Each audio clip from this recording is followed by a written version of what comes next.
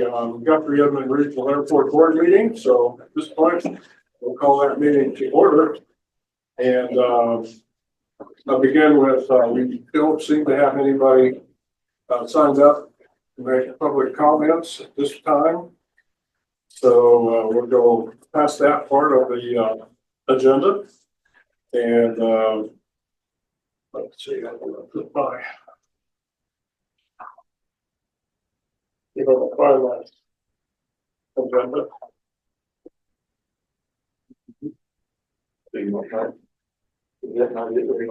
I've got, that's the one I'm looking for. Thank you. Okay. The rest of us are paperwork. Sorry about that. So, with our beginning of the agenda, we will take advantage of this time to honor a couple of people who've been associated with the airport for a long time that have been really major supporters and folks that have pushed this organization along to the point where it is, quite honestly. So I'd like to I'm sure everybody knows Matt. Yay! Where did that Mark take Matt? We're pleased as a board to be in a position that we are right now and just recognize all the accomplishments and all the things that you've helped us with as far as going and growing the airport. Just briefly, your history of your hangar and yourself coming out from underneath the Joe Underwood days, let's put it that way. You did a well the job. You really did. It was excellent. It was great. And built that school into a memory for those of us that are still here. And a lot of pilots have moved on. Yes. The instruction and the time and the effort that you put into that goes a long way. Goes really a long way. So we're sad to see you not up and running on a full-time basis, but we're also hoping that you're not going too far away. We're anxious to see you around here. Absolutely, but would you like to say anything as far as your reporting?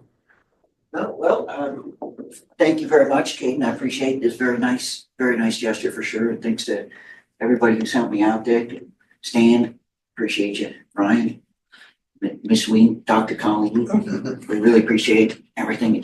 Thank you, Justin. You guys run a nice outfit there. Of course, it's nice, and Yeah. I just really appreciate all the years. And thank you. Thanks for the recognition. I appreciate it. Great. Well, we'd like to present you with this token of our appreciation, and maybe we can do it in front of the screen over here. Where'd he go? Not too Matt. Absolutely. Absolutely. Thank you. Thanks to my wife, Guthrie, Yes. for tolerating me all these years. Let's see. Well, yeah, that's a good spot. Can you Is this tell? okay? Should we stand in front? How are you think?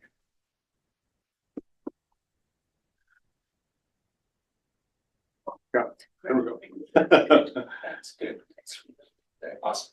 Okay, thank you. So, thank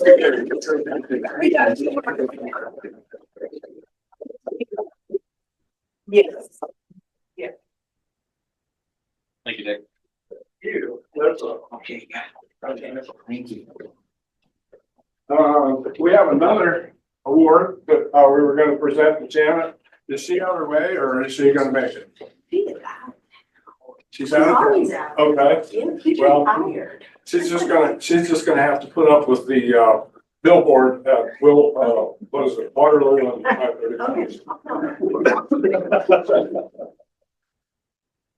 yeah, we'd like to recognize Janet if we can. She's our Edmond Director of Economic Development, has been forever. Was a founding member of the Guthrie Edmond Regional Airport. Janet put together a package with a fellow named Bill's name, Bill Stearns, and went to this Edmond City Council time after time after time to get an agreement hammered out between the two cities. I think at that particular time, it wasn't very popular on either side of the table, but the bottom line is that it made a lot of sense. And Guthrie got a grant, federal grant, and then they needed somebody to help back them up on the matching funds. And so Bill, Janet, and city manager at that time was Larry Stevens, put together an agreement.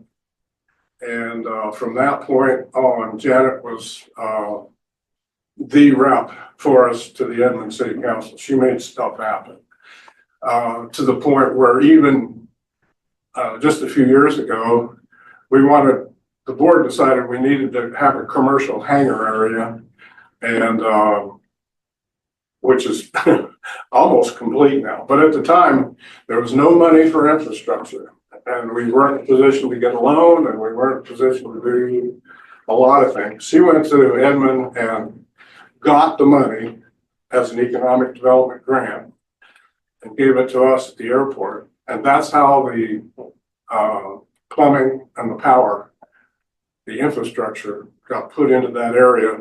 And as soon as she got that done, we had 2 hangars go up. So it was a good idea, and that was her thing. She was constantly doing a lot of that kind of stuff behind the scenes. So if you see her around, tell her thanks, because I'm not sure who's going to do that for us now. You know how that goes. But we sure appreciate her and everything she did for the airport and stuff. That's our presentations. Comments from anyone? Otherwise, we'll move right into the agenda, which is the call to order. No public comments, and our first item of business will be discussion consideration for the possible action to approve the minutes from the airport board meeting on February 11th. So have our motion. So moved. Okay. Moved and seconded. Those all in favor? Aye. Opposed? I see. Carry the the idea, discussion and consideration, possible action to approve the monthly financials from that same meeting. I have a motion to approve. So moved. Second. Moved and seconded. Carries. Number 5 is discussion and consideration, possible action to amend Section 2 of the hangar ground lease agreement for 23E between Latham Investment Properties, which is an LLC in the Guthrie, and the Oklahoma include the survey size of the lease. What we want to amend basically is include a survey size lease lot for an appropriate pen and ink. And I think we talked about that, pen and ink changes to the airport layout plan. Do you have anything you'd like to detail on that? I was just going to mention, Mr. Chairman, in October 2023, the city of Guthrie entered into a hangar ground lease agreement with Latham Investment Properties. The site of the lot was agreed upon to be 95 feet by 105 feet. Due to the contours of the existing land and the water line relocation, the lessee agreed to provide a final as-built survey of the hangar area. The survey provided airport staff identify the lot as covering 10,056 square feet. There's more information on this in your packet, and upon approval, we'll direct the engineer to make appropriate pen and ink changes as necessary to the airport layout plan.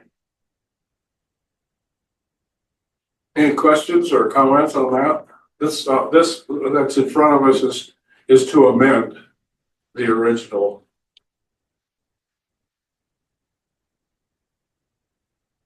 Entertain a motion to approve. I move to approve. Okay. Second. Moved and seconded. Questions? All those in favor? Aye. Those opposed? Ayes have it. Mr. Chairman, Yes. if I may, did we get a vote on number 4, or was I asleep?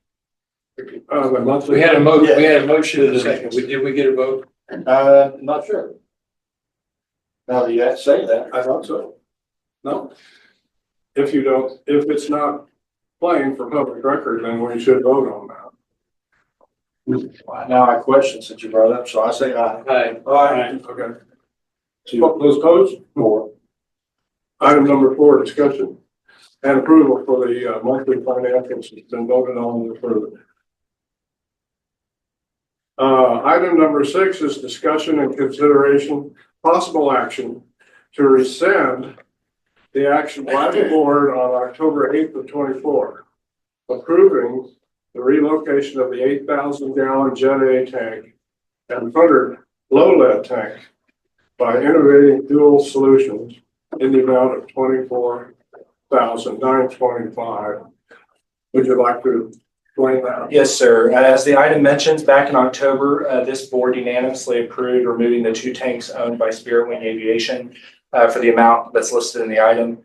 We wanted that approval so that we could be ready to move forward with removing their property due to the resolution process with that leaseholder. We are now prepared to remove those tanks. I'll discuss more of that in the next item. Then the immediate next item to this one is to remove it for an actual lower amount that we found. So this item will just be rescinding the previous board action. Okay. So, in recollection of that particular meeting and that approval, the amount was approved to have those tanks removed, relocated, let's put it that way, and was passed. What we're asking to do now is to rescind that vote in favor of what's going to happen. I don't know. So moved. Are there questions or comments on that? Yes. Why? What happened? Cheaper. Okay, if we approved on October 8th, we didn't know about the Boomer Environmental at that time. Yeah, no, sir. So at the time, we were looking to remove those tanks as quickly as possible. And so we waived the city of Guthrie purchasing policy similar to what I'm going to ask the board to do today. And we went with the quote that we had identified. And so now that we've gone back, we had more time since October to look for more quotes. We found a few other vendors, as I'll mention in the next item, that were out of state, that were more expensive due to travel expenses and other costs associated with that. But this cost in particular, we just simply had a better cost. Is it usual and customary to, once you have approved, we're gonna do this, to continue to look for other bids? Well, I'll jump in here for a second. So let's go back to the October meeting. We talked about this. Part of the reason for recommending and requesting approval at that time was to really have the power behind the conversation with the leaseholder saying you need to get these tanks into compliance. They never came into compliance. The board ended up taking the next action, which was to terminate the lease agreements. In terminating those lease agreements, there is no longer an agreement to have those fuel tanks on site. So we had that discussion in October. We held off on any relocation or removal of the tank until we knew what was going to happen with the leasehold. This is the longer discussion of what you asked for. Moving fast forward to today, you terminated that leasehold. We were working on that with outside counsel, which has taken over that case. However, at the present, our new Jet A tank is ready to be placed. To put it into the existing fuel farm location, we need to remove those 2 tanks. So much time has passed now, we thought it was a good idea to go get new bids. And because not just the time, but secondly, the conversation has changed. Originally, we were going to take the tanks and put them over by the hangar of the leaseholder. The leaseholder no longer has a lease for that hangar. We don't want to place them there at this time. So your first action today is to rescind that action. That's how we got to where we got to. Okay, thank you. Everybody follow the trail? Totally follow the trail. Okay. I think what we're attempting here is to get the new tank installed. In the process of getting that done, we found a less expensive way to do it. And I think Kate will give us an idea of exactly how that's going to come down and a ballpark on when. So. And to answer your question directly, Walt, no, it's not customary to continue to seek bids. And in a traditional setting, we wouldn't be having this conversation. So if you would consider this a one-off, this is a one-off occasion. Okay, and the person, did you award that bid? No, it was just approved that you could if you wanted to, but it didn't happen. Yes, that's correct. But I think it's kind of makes sense. What you're saying, if I understand you, Eddie, is you're saying that the original bid was on moving it from this location to the hangar. Since that wasn't appropriate anymore, you went out for other bids. Is that right? Is that why you guys did that? Yeah. So it really, the fact that some were more expensive, I think we're just fortunate that this one is less expensive.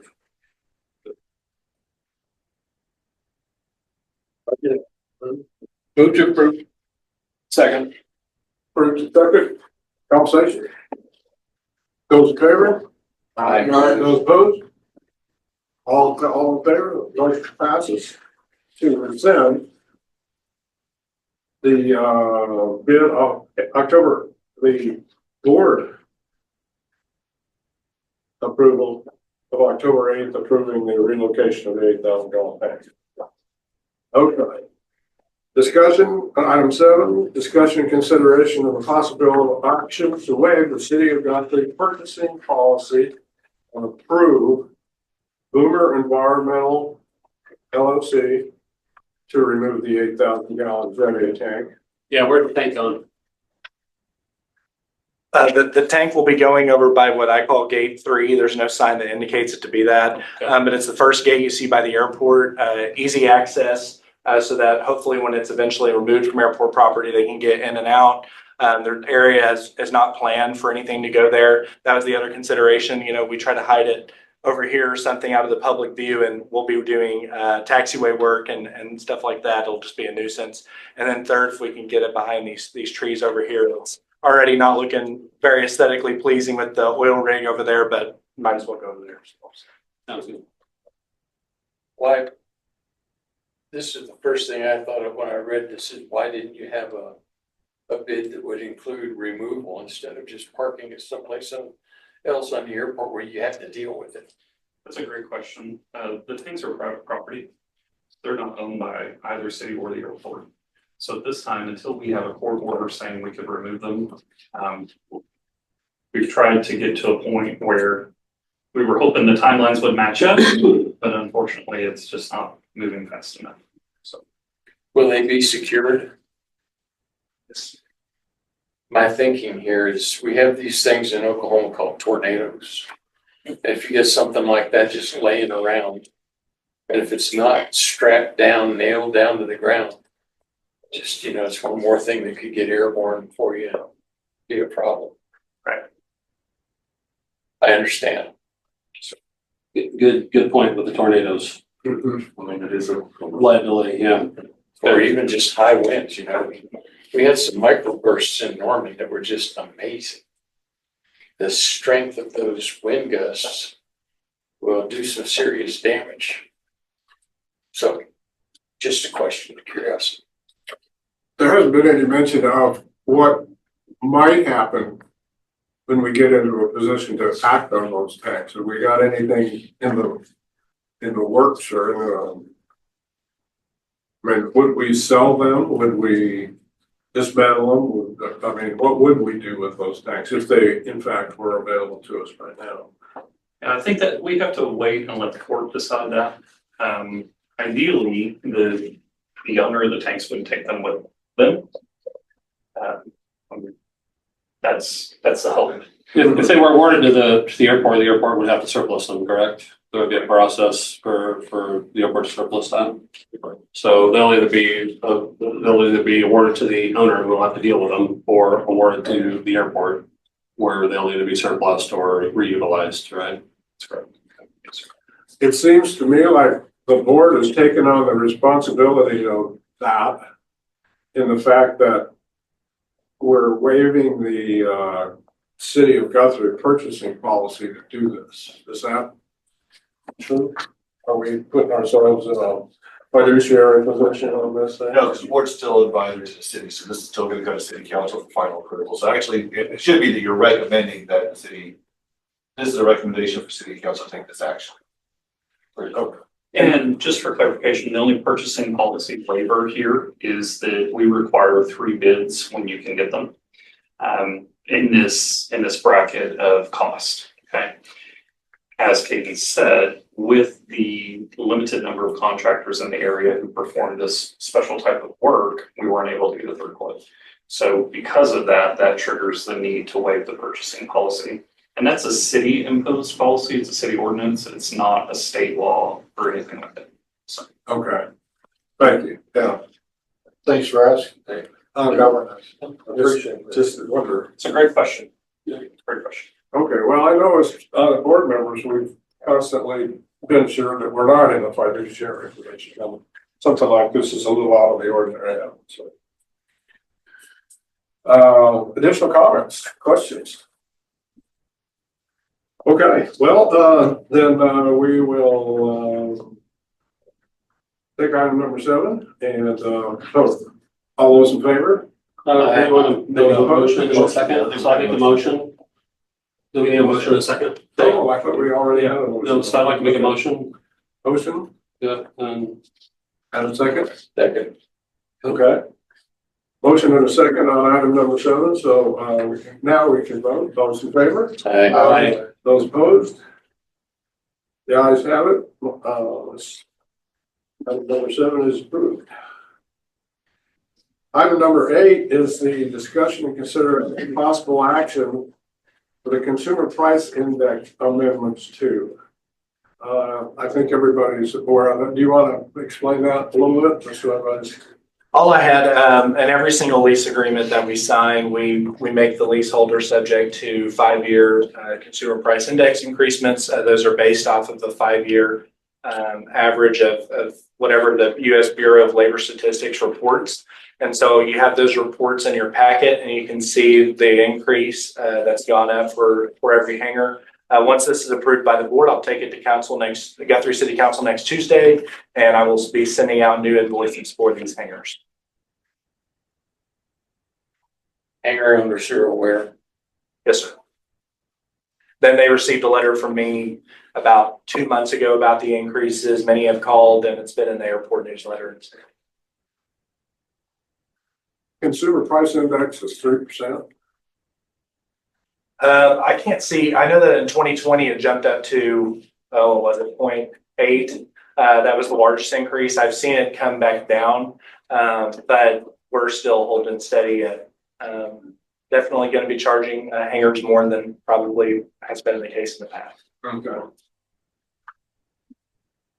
Okay. Further discussion?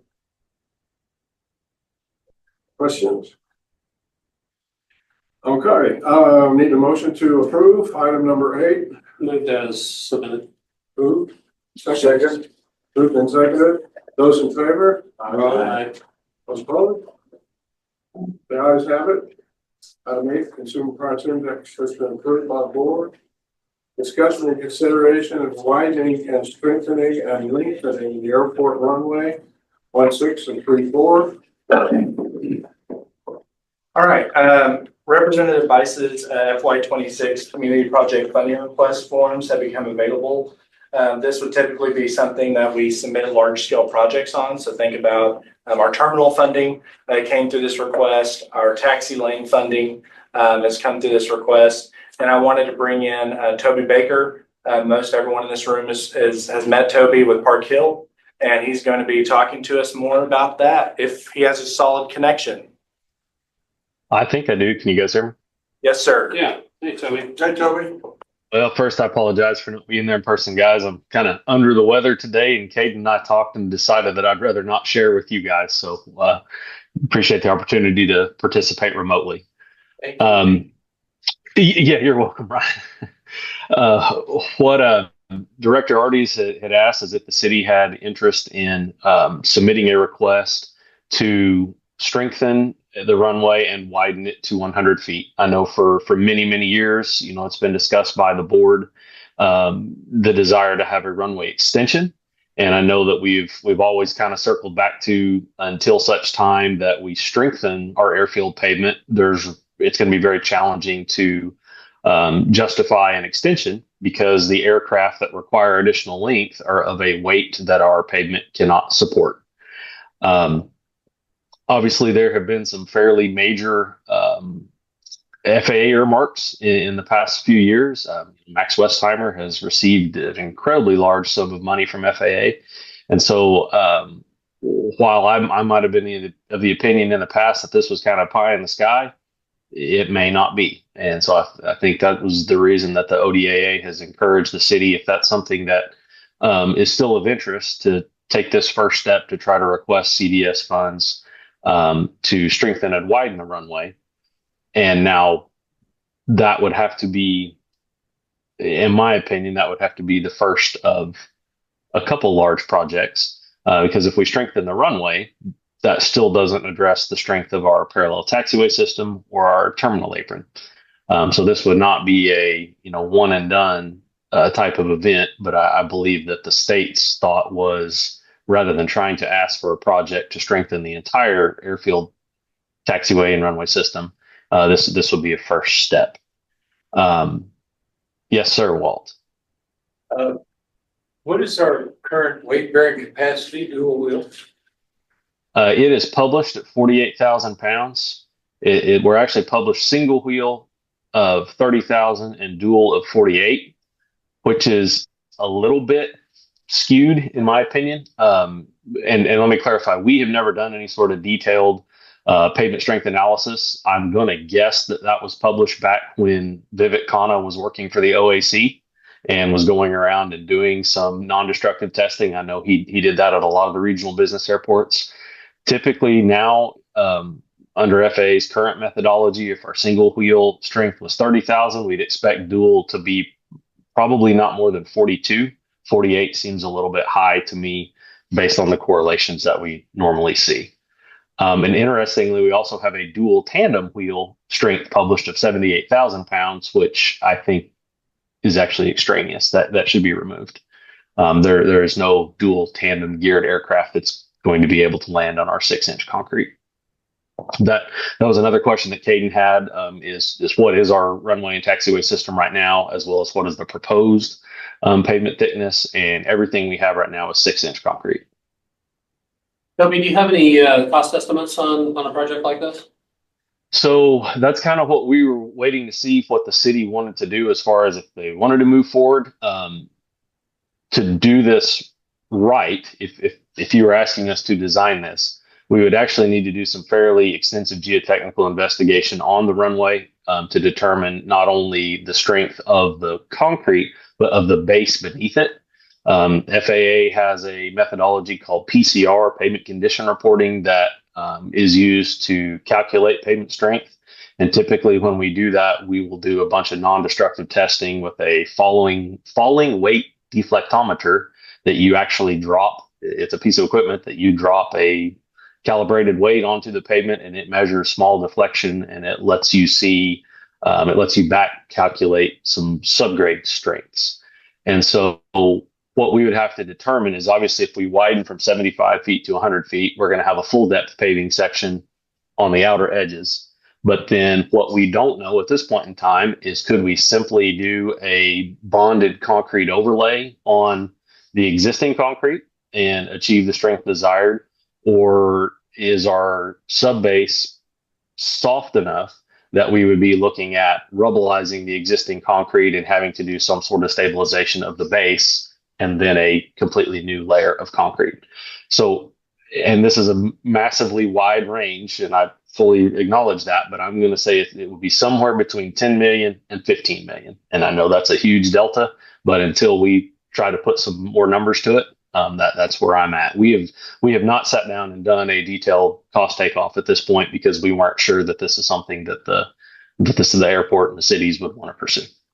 Are you aware of what the match would be under a grant like this? So there's a potential for a little bit of a moving target on that. Currently so this would be something that, if selected, would be announced for FY26. Right now, the way the bill is written, FY26 FAA will fund 95% of a project, We have confirmed that the ODAA would step in and pick up half of the local share. And so the net share to the airport, if done in FY26, would be 2.5%. Now, where that gets a little bit tricky, right now, there's nothing that extends that 95% participation beyond FY26. Prior to FY25 and 26, the FAA participation has been 90%.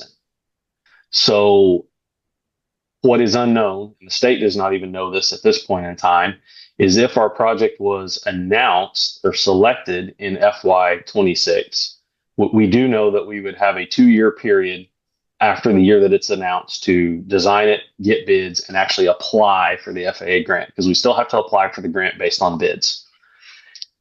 If they don't announce the grant until spring of FY26, and we know, okay, this is happening, at that point in time, we would have to begin the design, including all of the things that I mentioned as far as determining the existing pavement strength, what we actually need to do, and then get that out for competitive bids and an application to FAA no later than August of 2026 if we wanted the grant to be issued in federal fiscal year 26.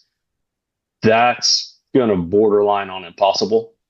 I won't say it's completely impossible, but if we don't know, if Congress doesn't say, hey, we've passed these earmarks and we're telling you have this money in May, to try to get that designed and bid before August, it would be monumental. So I think there's a fairly high likelihood that we couldn't apply for the grant until FY27 at the earliest.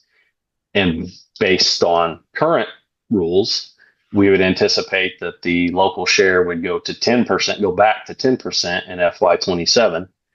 The ODAA would pick up 5%, and then that would leave a local match of 5%. It's entirely possible that if Congress passes a full funding bill, appropriations, then they may change some of the language. They may extend that 95.5 through future fiscal years, but at this point in time, we don't have anything in writing that would say that. So I feel like from a planning standpoint, the conservative approach would be to assume that the local share is going to be 5%, with the state picking up the other 5%. So if my math is right, at 5%, given a range of 10 to 15 million, we're looking at something in the neighborhood of 250,000 to 375,000 per community. Is that correct? A first rule of engineering is never do public math, but that sounds correct. Fair enough. The category aircraft that would drive the expansion. So Caden and I have talked about that, and really that's going to be up to what do we want our critical aircraft to be. I mean, Walt, you've been in the business a long time. It's you build it, they will come, and chicken and the egg proposition. I think that what we know we can't handle right now are Gulfstream 450s and up. That kind of gets into a little bit of a paradox. If we say the 550 is our critical aircraft and we want to use their max takeoff weight, I think their runway length required is going to exceed what we have. So that may be a little hard to claim that we're going to design for a G550 at max gross, knowing that they can't actually take off from here. I think they need like 55 or 5,600 feet, and we don't quite have that. So I think probably a fully loaded G450 or a partially loaded G550, Global Express 700, something like that would make sense as trying to be our design aircraft. In doing that, I think we're looking at somewhere between 10 and 12 inches of concrete, just based on some other projects where we have used the Gulfstreams as our critical aircraft. Usually, when we talk about the larger Gulfstreams, we typically associate them with 12 inches of concrete. 55 to 60,000 pounds dual wheel. No, the 550 I think is 91,000, and the 91,000. Yes, sir. And the 450, don't quote me, it's either 76 or 78. It's upper 70s. Is any of this called out in our master plan? I would have to go look at, I think the widening has always been on there, Walt. Yeah, the widening has been shown on there, but we've never had justification. There's also a taxiway relocation on a parallel taxiway relocation that is never going to happen. I mean, it's shown on the master plan, but in moving forward with the current project, everyone was in agreement that that was in support of an ILS, and we're never going to get an ILS. And what you said earlier is even if we were to go through with a project like this, we still have other ancillary projects that would have to be completed before we could land those aircraft as well, right? So taxi, Absolutely. Absolutely. ramp widening, and reinforcement. Yeah. So as far as the taxiway widening, and I may cut you off there, but Yeah.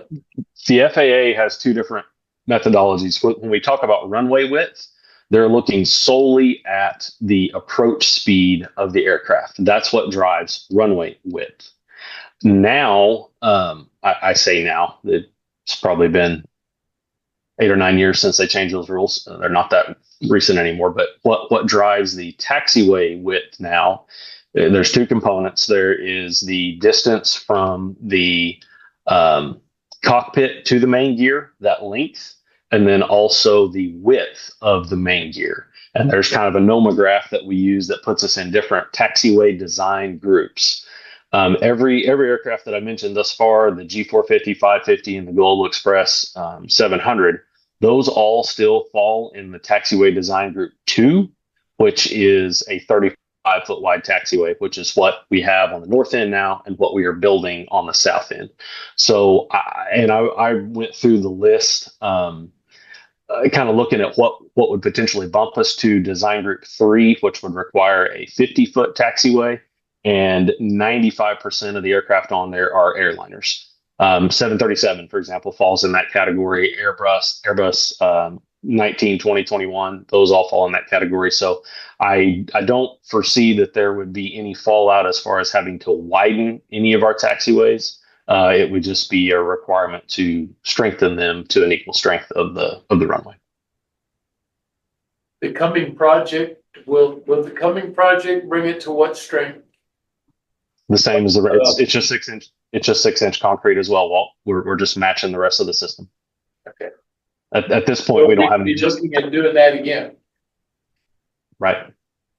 Yeah, at this point there is no justification for the current taxiway project to exceed the strength of the runway or the north portion of the parallel. I mean, we just don't have we can't come up with a justification at this point. So is there fear that funding is going to go away before we get there? So these, they don't like us to say earmarks anymore, but these earmarks are relatively new. We have not, until about 2 years ago, we didn't see projects funded with earmarks like this. Occasionally we would see Senator Inhofe throw an additional $500,000, 600,000 to an airport. But the multi-millions that have been sent to a couple of the airports recently has never happened before. I mean, and even prior to my career, Walt, do you ever remember anything like that? I'm sorry, what? Do you remember anything like that in the past? Like An earmark like multi-millions? Yeah. All I remember is Inhofe. He a little bit every now and again, but back then there were no earmarks. Right. You just had to get what you could, beg and borrow and steal from the FAA, and that wasn't easy. Right. Toby, is there a project that more closely aligns that we could use this earmark for, that more closely aligns with our existing master plan or our existing direction? This sounds like a real departure from what we've been doing, and it sounds like it's a project that creates maybe as many shortfalls and difficulties for us as it creates opportunities. Is there a project that would more closely align with our direction and allow us to use this earmark in a way that's doesn't create the problems that this one does? We could build a detention pond and then build a bunch of taxi lanes to support future hangars on the west side. Okay, so something like that seems like a project that would be a lot more closely aligned with our master plan and where we intend to go as an airport, which is to create more hangar space for the airport that we have. This sounds like we're trying to create an airport that we don't even really have a need for yet. Not saying that it's a bad idea or that it's a bad thing, but it seems like it's a real departure from everything we've talked about since I've been involved with the board. A detention pond sounds like a need that's existed well before I got here. Yeah, I mean, the only comment that I would have is, I mean, there has been a desire in the past. I mean, and Justin, you could speak to current situations, but I mean, I know there have been phone calls of people flying in Gulfstreams that wanted to come to Guthrie, and we've had to say, hey, we just simply don't have the pavement strength. Now, as far as, you know, aligning that with the master plan or anything like that, I mean, I certainly see your point. And I want to check real quick one thing on your ALD. So the widening is absolutely shown on your current ALD. So I want to be clear, guys, I'm not advocating in either direction here. I want to support you in whatever you decide. You know, I'm just sharing information here. The widening is something that is shown on the most recent airport layout plan that was submitted to the FAA. I was going to look real quick at the pavement strength. The pavement strength does not show to be increased in the future. So I would say that the widening does align, the strengthening does not align with what was on the previous ALD.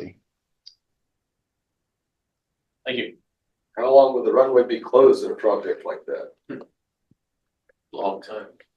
Better part of a year. Better part of a year? Wow. Yeah. Now, one thing that we could potentially do, though, because we are finally going to have a full length parallel that is a straight shot, unlike what we have now, we could potentially put a temporary runway on the parallel taxiway. Now, it's going to be limited to small aircraft only because it's only going to be 35 feet wide. Not going to have GPS approaches.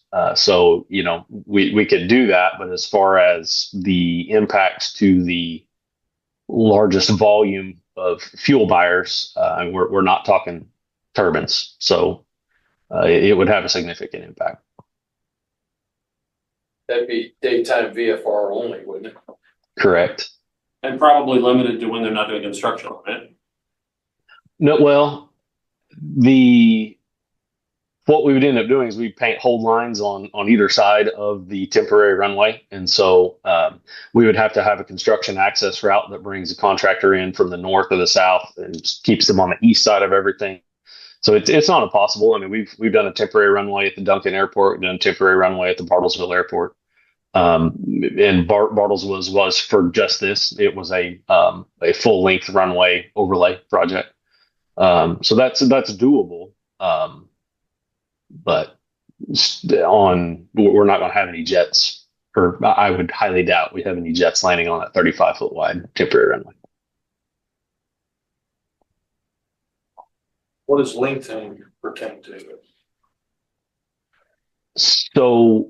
So first off, I think the reason that we wouldn't show lengthening in this request is because that alone is going to be a multi-million-dollar project that's going to involve rerouting Prairie Grove Road. It's going to involve buying multiple residences, and there's a lot of environmental that goes along with that.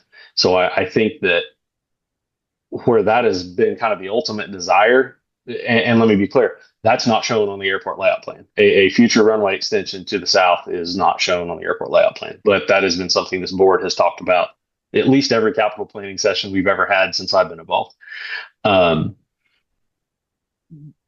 If we have the strengthening of the current runway completed, all of a sudden that project becomes more feasible. It's still a huge undertaking, but as of right now, it's completely unjustified because we don't have the strength to support the aircraft that would require that longer length.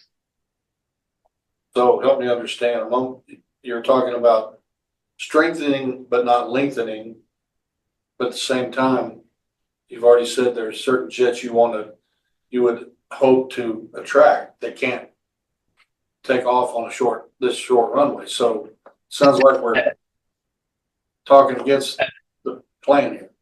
So I completely see what you're saying. So they can't use it currently at max gross weight. It's entirely possible, and a Gulfstream G550, for example, I mean, that's a transcontinental airplane. And so unless they were planning to leave Guthrie and go to Europe, they wouldn't normally have a reason to depart at max gross weight.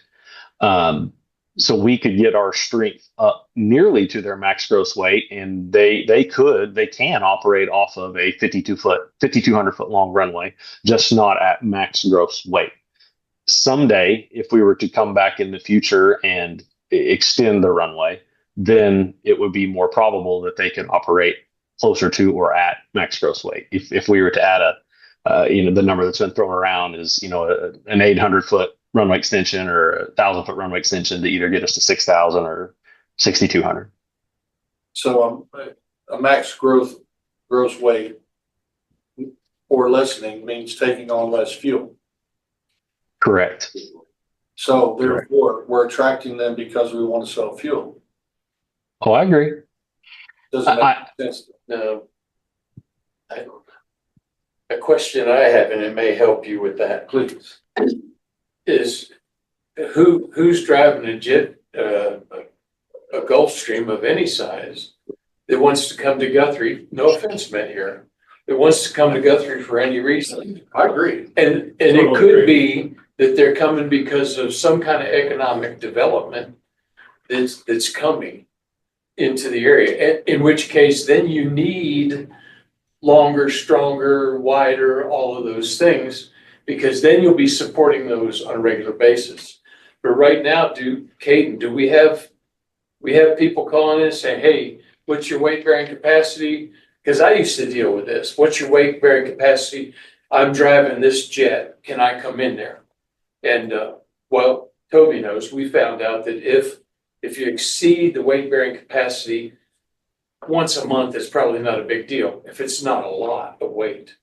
But if you exceed it 20 times a day, then it's a big deal.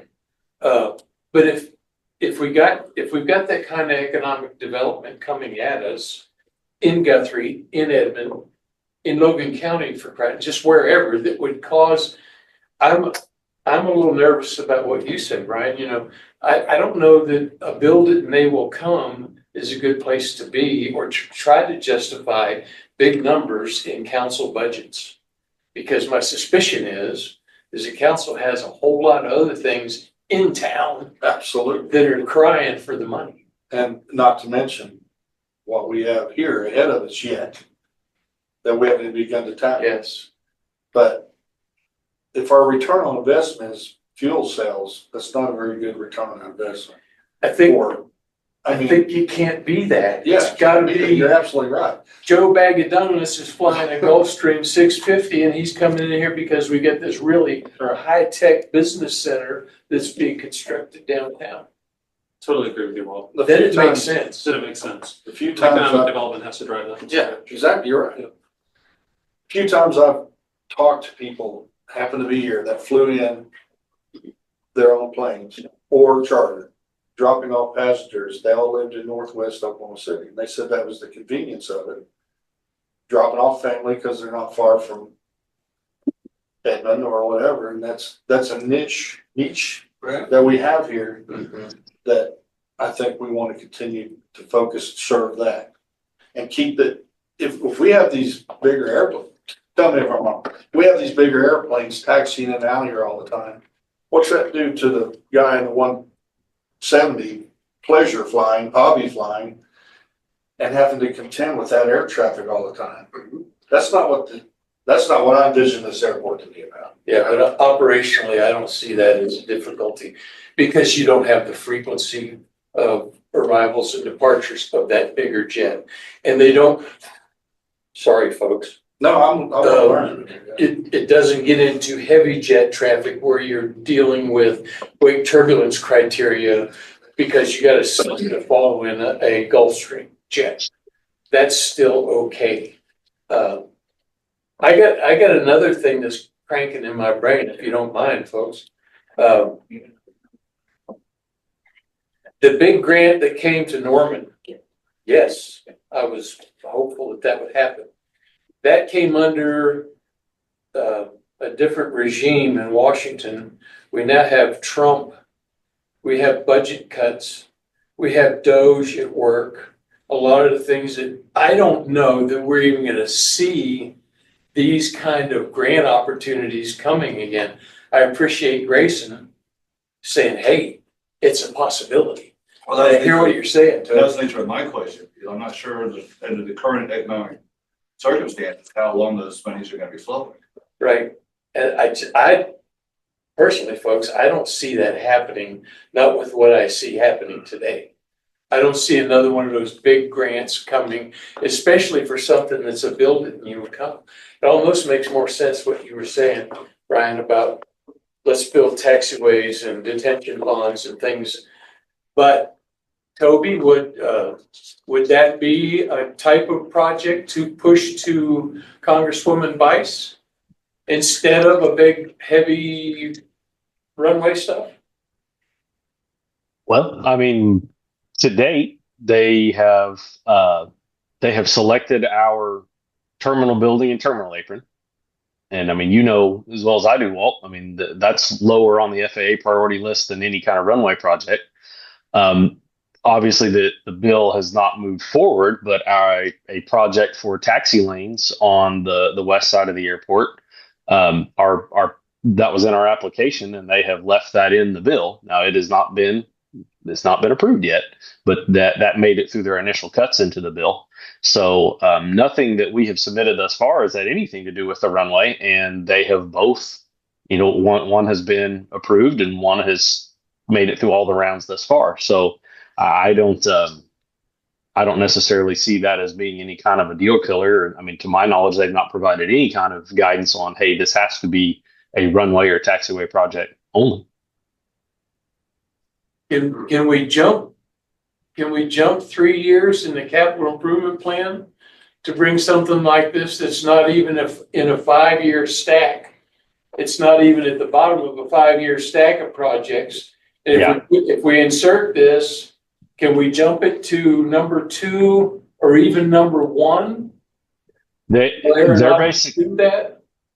basically disregarding the CIP, because these funds aren't part of the entitlements. This is independent of your CIP. To be candid, Walt, the taxi lane project that has made it through and onto the bill, the current bill thus far, it's not even shown on the airport layout plan. So the normal prerequisites do not appear to be applicable. But that current taxiway plan brings standards. It brings us in compliance with standards that we're not compliant with right now, right? Because of the width and the alignment of the taxiway is wonky. It's no, I mean, our 23 series and 24 series right now, I mean, the large hangars, there's nothing non-compliant about that. And this is just primarily an area for additional large hangar development was what we had put on the application.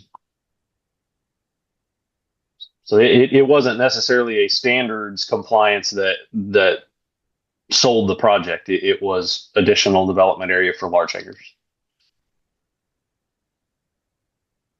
And to hear the discussion within the staff meetings at aeronautics that we can justify this jump and pushing other airports in the state out of the way because it brings us into alignment with FAA standards. That's not the same. I'm sorry, I've got so many things running through my head about this idea that I can't keep up. So I'm going to be silent. And to be clear, you're not the only airport that the state has reached out to and said, hey, we think you ought to put in an application. So there's a lot of airports that will potentially be jockeying for a project like this. I think something we need to take into consideration that also hasn't come to the forefront. We've got 3 major projects that haven't even broke ground yet. And you guys know as well as I do, change orders, you're cut overrun with change orders and costs usually increase. We're looking at a flat budget for the upcoming year. Most cities in the metro are. I've talked to a few cities in Tulsa as well. I think in terms of, additional matching dollars for additional requests, I think that's something we need to be cognizant that we're talking with both city staff and city councilmen to make sure that that's something they're willing to commit on both sides. I've got two councilmen here, and I can tell you, we're all experiencing the same thing. And there's a lot of economic uncertainty out there right now. From a staff perspective, I think we've been very fortunate to receive the earmarks, the community project funding that we've received. I think Congresswoman Bice has really done us a really nice job of representing us and getting us those dollars. However, I'll also point out you have a staff of one. And managing those projects here is becoming increasingly difficult. And so as we go into this next budget cycle, we talk about capital improvement projects. We also need to be thinking about staffing and what does the future of the airport staff look like. Caden cannot continue to do it all on his own. He's doing a stellar job. He's absolutely phenomenal airport director. But he can't continue to run at the pace he's running at. That's something I recognize. I think we all see that. I just want everybody to be cognizant that the dollars that we have committed, I don't know that those are always going to be there.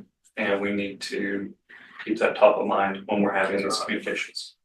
I think tariffs that seem to be the word of the day too are going to drive costs up. Sure. And so then, your matching portions go up. Kathy, Edmond just recently suffered a blow with resounding no by the community for the GO bonds. So Edmond still has how much, I don't know, sitting in front of them that, a request to put money like this against a build it and they will come. I don't know, folks. I just don't see it happening. I agree. In our budget this next year, I mean, through all our economists that we've talked to, 2025 through December is not looking good. We're down. We've not collected what we collected last year at this point, and that was after Christmas. So it's not looking good. And so we've budgeted flat also revenue, and we actually are probably going to have to cut a lot of our expenses. I'm working on it right now.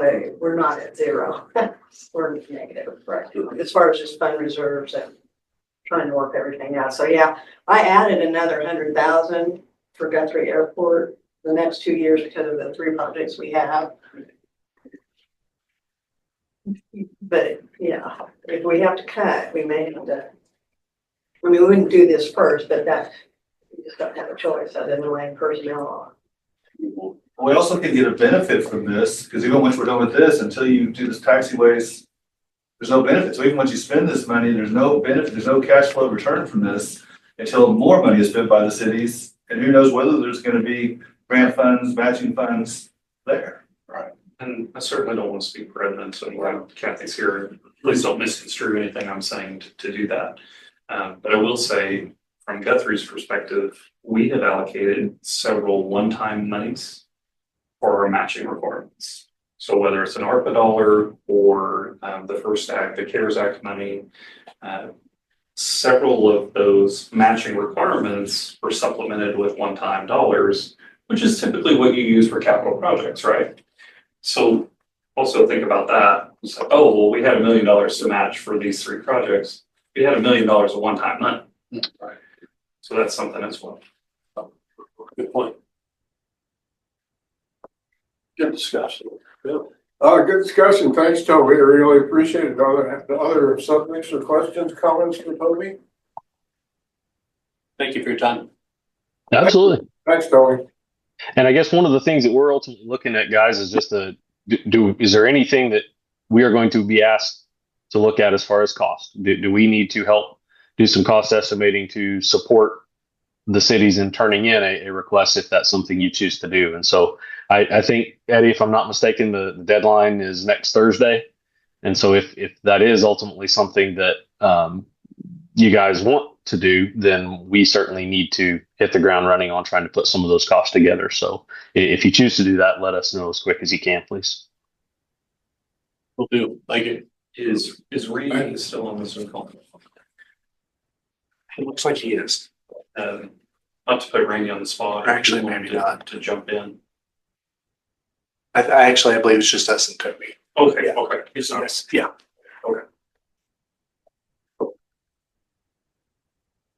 That was an excellent presentation, and thanks, Katie, for setting that up. It's important that Toby is in attendance at these meetings and can field the questions that we have. I mean, everybody in the room had a real excellent input. I mean, we worked about 8 ways from breakfast, and it's still out there. So those are the kind of things that we do, and that's the kind of resource that really makes it happen. I personally just let you all feel it because I thought you did a wonderful job. With municipalities in this state living and dying on sales tax alone, no income tax or property tax or anything else, the direction of sales is not the best it's ever been. Let's put it that way. This airport about 10 years ago was in a situation with Import, where the money had been appropriated and we had been told that we had that money. We never got it. It never happened. It's evaporated. We had a lot of reasons, but I think you saw the same kind of thing during that administration. So it does happen. It goes away. I mean, you think you've got it, but your senator can't even do anything about it. It seems like that's very indicative of the economic climate we're in right now. I think so. It's very similar. So it's not that we haven't done this before, and with our cities working closely together to maintain what we have is important, and anything that we can improve or build on. But like you're saying, build it and they will come is probably not very sellable at this particular point. Great. I'd say if there was big economic development projects on the horizon, that would drive employment, that would drive activity, then we might be in a position where we looked at it differently. But I don't know of any of that coming.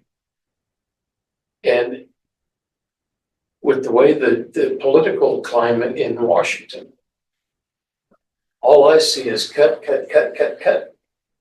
And if you've got something that's really good, maybe some of this Doge realignment of funds, maybe. But even that, it's going to have to be, your project is going to have to be pretty salty. That big grant that Toby referenced that finally showed up in Norman, folks, we pounded that drum for a long time. And and they've got a flight department that's just killed it. They're the #1 flight training school in the nation. And they've got students every semester that they're holding off saying, we're full, we can't take any more of you. So, them to get that money to build new hangars, to buy new airplanes, and to do the things that they're doing is, it's just a different airport. I'd love to see it here. Well, we've had some success too in the past, just along those same lines, on different things over the years where somebody does come in like that. They want to fly in here, but they want a GPU or they want our John Deere tractor. I came in and said, you guys need a tractor to take care of the runways. So we do, but we can't afford it. Well, we bought us one. That's where that John Deere tractor. So those are the opportunities that you might see come along the lines of bigger companies, economic people that do have the costs. Are you seeing a need for this kind of support? So we get regular phone calls about stuff like that. There are jets of that size in the metro that, Guthrie is kind of an equidistant place if you look at airports like Will Rogers, Sundance, and Guthrie, and where they live or work. So there is some stuff like that. Personally, I'd never like to look a gift horse in the mouth, and if the money is there, the thought of the runway closing down for a little bit scares me. But there's a really good saying about planting trees that we might not get to see the shade of, right? So I like that idea. I was kind of, what's a good word? I was excited that there might be an opportunity for money on other projects that we have more immediate need for. It doesn't close down the runway. I love the idea of a retention pond, taxi lanes, and things like that. I understand fuel costs or fuel sales isn't a good driver, but it also could result in, and even the current projects could result in this, of based aircraft coming here. And those you do see a bigger return investment on is in square footage and land leases, and as well as fuel sales and flow rates and things like that. So anything we can do to attract bigger aircraft is probably a good thing. But I think we are on the right direction with taxiways, taxiway lengthening and shortening and terminal buildings. It is going to help attract that stuff in as well. Well, the fuel sales is a result of somebody wants to be here. Yes. Yeah. It's not because, well, I'm gonna go buy fuel at Guthrie. I don't really want to go there, but that's why I'm coming in. Yeah. So we get a restaurant here, they'll do that. Oh, yes. Yeah. Restaurant is going to increase fuel sales, there's no doubt about it. And in the terminal building. I love the idea of a longer runway. That sounds great, but in the immediate need, based aircraft is really what's going to grow this airport. So if there's money available to be able to base more aircraft here, and that's going to mean taxiways and land, taxiways being built and land getting involved, that's a good start for sure. Toby or maybe Caden can answer this, has it got to be a wide and strengthened project that costs $10 or $15 million? Or can we ask for Congressman Bice to find us a couple $1 million to do some taxi lanes and detention ponds? We asked for $1 million to do fence last time, and we didn't get it. But I mean, we asked for a fence project. So no, to my knowledge, there is no. It doesn't have to be massive by any stretch of the imagination. I guess I'm just looking for something that seems more reasonable and a little bit easier to swallow at the city council level. But even that is going to be more money. So I don't know. Kind of feel like what Toby's saying here is there is some money out here, so let's not write off this thing altogether. If we could get a few more projects done around here with this money, let's utilize Toby and the gang to do it. Now I want to be careful there. You're right. No matter what we do, if we put in an application and are selected, it guarantees both cities are bringing more money to the table. So I'm not saying, hey, we can't ignore this. We have to go after something. That's not my position at all. I'm saying I'll support you in whatever you guys decide you want to do. And if the answer is we're tapped out for the next couple of years because of everything we already have going.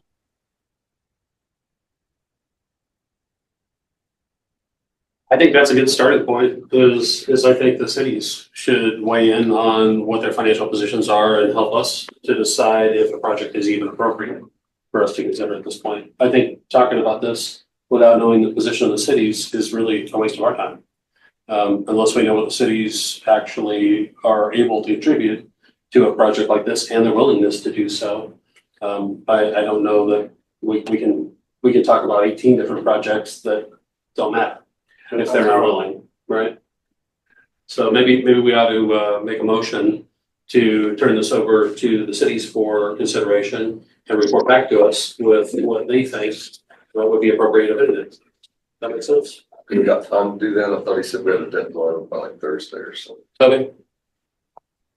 Eddie, can you confirm? Yes, Thursday the 20th is the deadline for submission. Got that long. And that's pretty consistent. When that portal opened, I got notified last Friday, Thursday or Friday. So limited time to really act on this.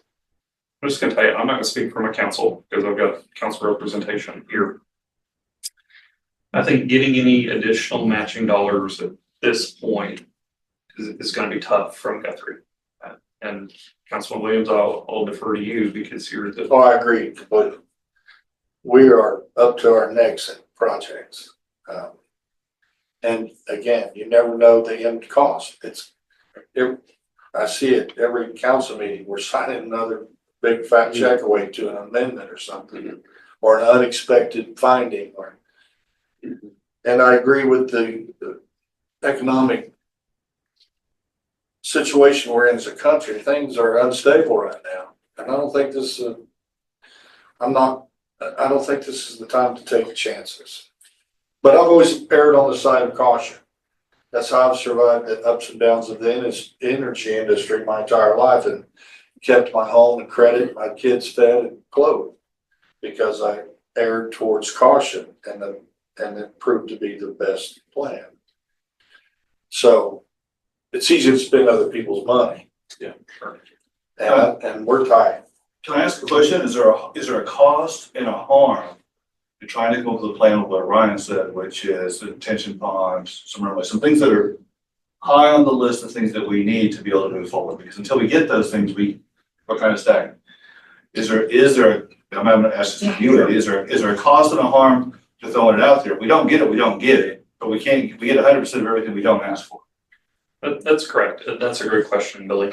Something I've had to say recently in our department head staff meetings is we have a plan. We need to work our plan. It's real easy. We get sidetracked with, hey, there's a shiny opportunity right here.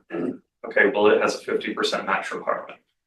Okay, and then before I know it, your fund balance is zero.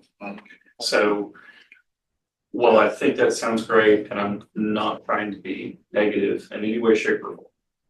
We've got nearly well over $12 million in federal funds coming to the projects that haven't broke ground yet.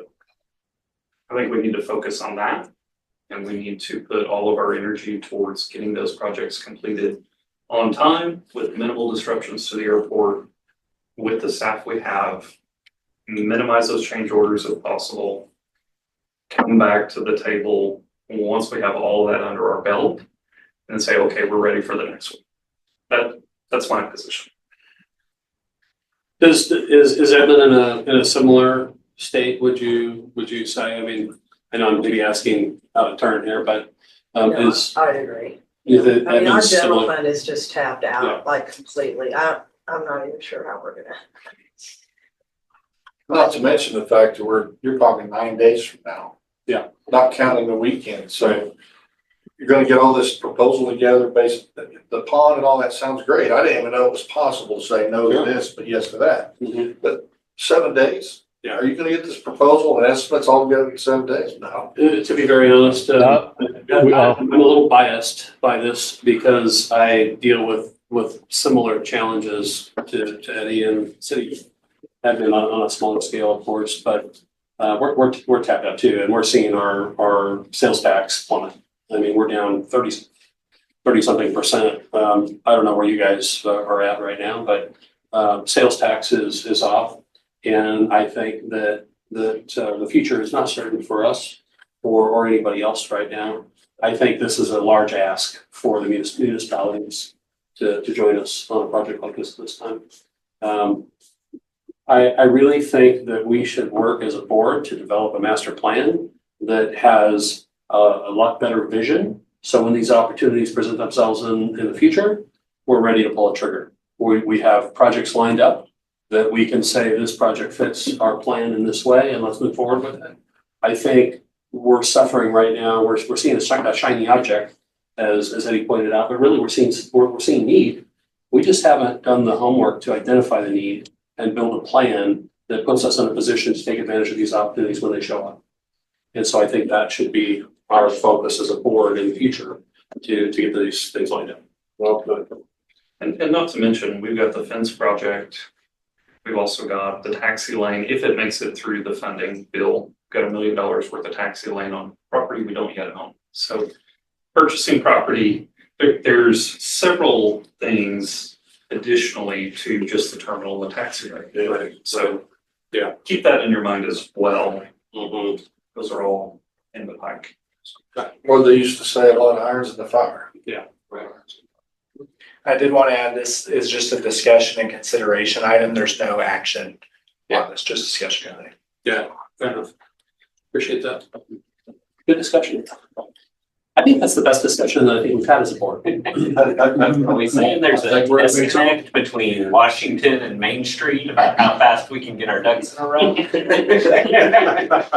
Yeah, good discussion. Thank you, everybody. That was really- We need more hangers though. We're been out forever. We do, and a detention pond is really fundamental to that. So I think that needs to be one of the very top things on this master plan we develop is let's figure out how to get that done. And let's have projects lined up that are bite-sized pieces. When we have opportunities like this, let's be ready to pull the trigger on this. And let's get that plan figured out. I like hearing you say that because you may remember at our board retreat when we had the little digital poll that Caden asked everyone to rank the priorities, and y'all ranked the detention pond at the very bottom. So You didn't quite understand. Yeah, it's not a sexy project, let's put it that way. Right. it's not. You're right. Foundational to our growth. And so really that's what the master plan is all about.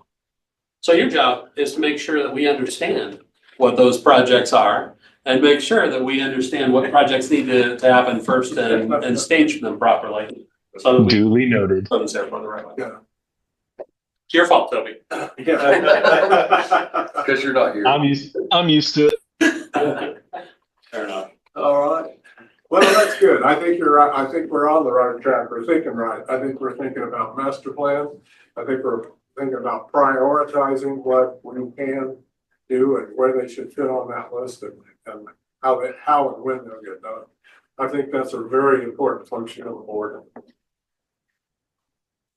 If there's no additional items, we'd move on to the last item, which is the airport director's report. Does anybody have additional comments?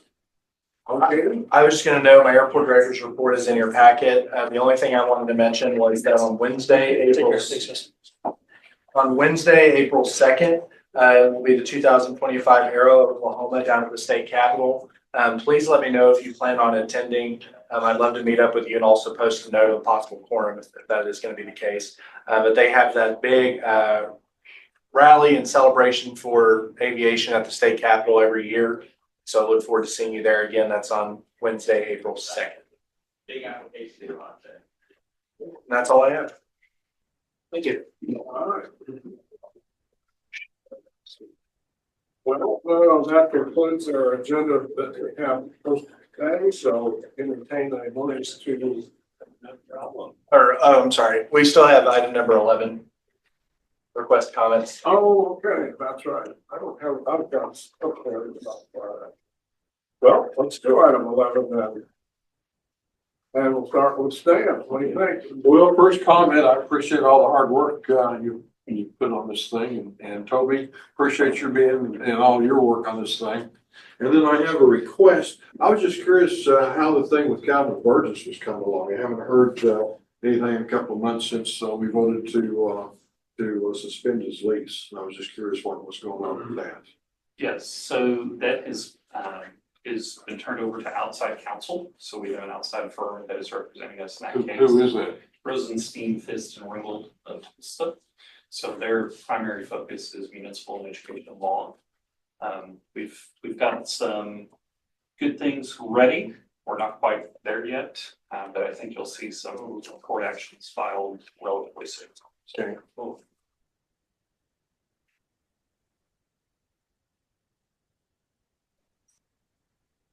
I won't comment it out. I just appreciate the good discussion today. Yeah, it was really good. Okay. I second. Okay, how about, what do you think? Right there. Paul, what do you think? Wow. It's like trying to get a drink out of a fire hydrant. And, you know, one of the first things I asked Kate when I found out that the mayor was going to appoint me to the board was, let me see your master plan. And you handed me a document that was dated, what, 1994? 1999. A little newer. It's a lot of,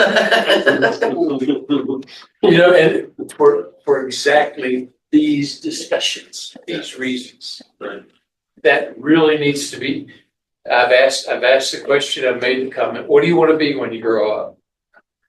The master plan drives that, what do you want to be? And it gives you direction.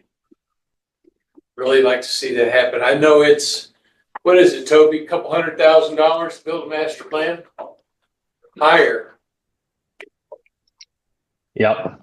It'll be more than that. I know it's not cheap, especially in today's climate. And I just think that, what Tracy said, today's political climate is just too volatile. Revenues are down. We're all seeing it. I don't know that that's going to get any better anytime soon. So I think the discussion we had about this possibility is good. Frankly, it dusted off some things in my brain that I thought I'd forgotten about. But I think it's best to not pursue anything like that right now. I just don't think we're ready for it. None of us. Agreed. Okay. Billy, do you have any comments, or Kathy? Any comments? Okay. Well, I think it was an excellent meeting, other than I couldn't stay on. But yeah, this is what this board needs to do. Pass this stuff out. So entertain a motion to adjourn. So we've been seconded. Those in favor? I Ayes have it. This